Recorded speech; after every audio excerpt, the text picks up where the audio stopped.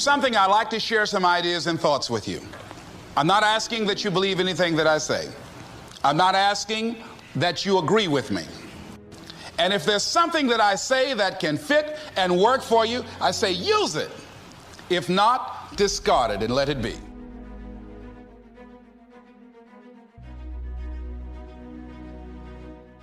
One of the things I have realized, and many of us have, that if you want something out of life, if you want to change yourself, if you want to acquire something, if there's some goal that you want to reach, that is really not easy as some people will make us feel. That living your dream, changing your behaviors, overcoming negative habits, it's challenging. It's hard. That living alone is just very difficult. And once we begin to come to grips with the fact that living is difficult, life is very challenging. I heard a song once by a guy named Dimples called, "If it ain't one thing, it's another." You will never ever have a problem-free moment in life. There's always something. So how do we begin to nurture that hunger? What are the characteristics or the qualities of people that are hungry? What will it take for me to get some of the things that I want? And being hungry for those things, number one, you've got to work on yourself. It's very important that you engage in an ongoing process to develop you. Spend more time on yourself than what you've been spending. It's very important. You owe that to yourself. I was reading a book by Og Mandino called The University of Success. Read one line, gave me a chill. I didn't have to read anything else in the book. He said, many of us never realize our greatness because we become sidetracked by secondary activity. We spread ourselves too thin, don't know how to say no. And we find ourselves doing all kinds of things and never ever have time to do those things that we need to do to work on ourselves. And then there goes a second, there goes another second, there goes another second, and we can't stop and hold time. And before you know it, you wake up one day and you're behind on your dreams and your bills. So decide that you're going to take some time to work on you, that you deserve that from yourself, that your life deserves some prime time. Because you are creating your own production. As Michael Todd would say, you are the star of your show. You are the director. You're writing the script. And you will determine whether your life is a smash office hit or flop. You determine that. Working on yourself, talking to yourself.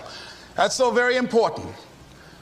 Overcoming the negative conversation, that inner dialogue that's going on all the time. Even when you don't want it to be there. You can't stop yourself right now from thinking. You can't do it. It's going on. And so learning how to empower yourself, part of doing that is standing up to yourself. You've got to stand up inside yourself sometimes and say, shut up. You've got to do this. I was going to give a presentation, and this voice inside of me saying, you can't do this. You don't have everything it takes. Shut up. You get scared sometimes. Your mind will go blank on you. Some people you will allow to unnerve you. And you wonder, what's wrong with me? I'm not crazy. That's why you've got to learn to make a conscious, deliberate, determined effort to stand up inside yourself. Working on yourself, watching that inner dialogue, it will determine the quality of your life. When you're working on something you want to achieve, you have got to stand up to that voice. You've got to sell yourself every day on your abilities, on what you're doing, on the goal that you want to reach. You've got to sell yourself every day, according to your level of belief. It will manifest itself in what you're doing. Whatever we have right now, whatever we're demonstrating in our lives, is a result of what we believe subconsciously that we deserve. And part of increasing that belief level is that you have got to convince yourself every day. You've got to sell yourself. I do a lot of training for many corporations, and I conduct sales seminars, and I've heard all kind of guys doing techniques and training people techniques of how to close sales and how to work with and begin to control the sale and how to ask for the close. Let me share something with you. You can learn all the techniques in the world. If you don't believe in yourself, it won't happen for you. I learned all of it. So that's why I do a training called Focus on the Seller. You've got to focus on you. And as you convince you, as you sell yourself every day, you will begin to see a difference in the things that you're doing. Selling yourself on your ability to perform a job, to achieve a certain objective. Telling yourself every day, here I go again. And I got what it takes. This is my day, and nothing out here is going to stop me. That brings me to the next thing. It takes courage to act. Part of being hungry when you've been defeated, it takes courage to start over again. I used to do door-to-door sales, and I was working with another friend of mine, and door-to-door sales, I mean, it's punishing. It's cruel and unusual punishment. And I was a little boy knocking on the door. Hello, would you like to buy a nice working television set? No money down? No! Bam! They slammed the door in your face. And the friend of mine that was working with me, they slammed the door in his face, and I looked back, and he was going to the car. He said, I can't do this. And he sat down in the car, and he said, you go ahead, I'll be here when you get back. Now, he had a mother and father to take care of him. My mother was ill. I am adopted. I was hungry. I had to go on. I learned something about myself. That when you step into your fears, somebody said, it was Winston Churchill, he said that courage is going from failure to failure without losing enthusiasm. When you step into your fear,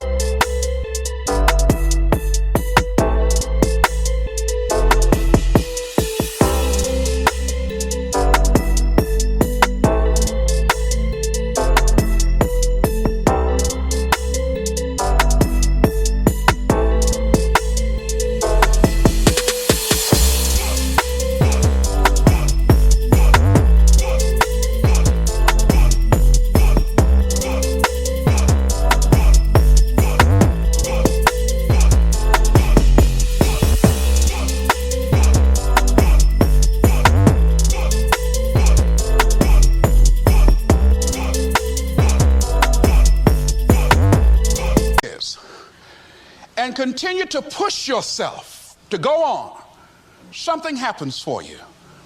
When you have something you want to do, if you don't develop the courage to do that which has been given you to do, and you spend a lot of time going around trying to convince other people or trying to get their approval, what will happen is that you will lose your nerve. And other people will convince you that what you're doing doesn't have any value, and you'll give up on your dream. It's an interesting thing about life, I've also found, that if you don't have the courage to act, sometimes, and particularly, if you have something special to do, life will move on you. If it were not for life, I would still be a disc jockey. I didn't just leave voluntarily to go to the state legislature. I was fired. I was working on a job, and I came home one day. I was married at the time, and I told my former wife, I said, that guy Bert I work for is stupid. She said, if he's so stupid, why does he sign you a paycheck? That night, I could not sleep well. Here was a guy that was controlling my life.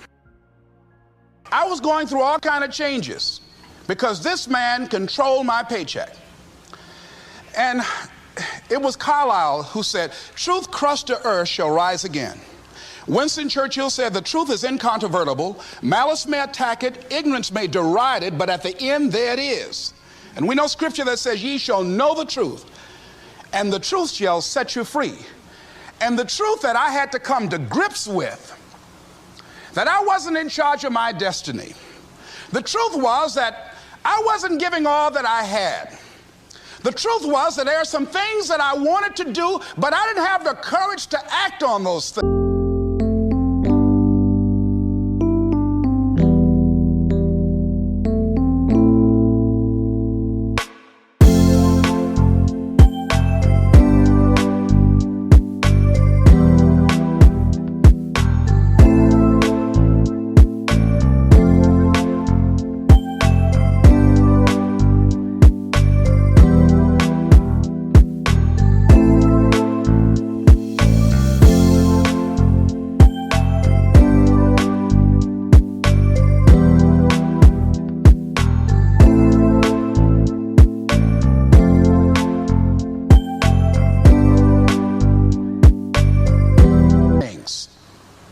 And the truth was that Bert Childs was a blessing to me. He made life so miserable for me, I had to start looking at my life differently. I started going to work earlier. I started being the last one to leave there. I started working harder than anybody else. The other guys could not. Why would you work so hard, Les? I said, I'm not working for them. I have been cheating, Bert, I thought. I've been cheating myself and my family. Wherever you are, whatever you're doing, do it with everything that you have. Develop the habit of giving more than what you're paid for. Develop the habit of setting standards that others will be measured by. Someone said, do not go where the path may lead, but go where there's no path and leave a trail.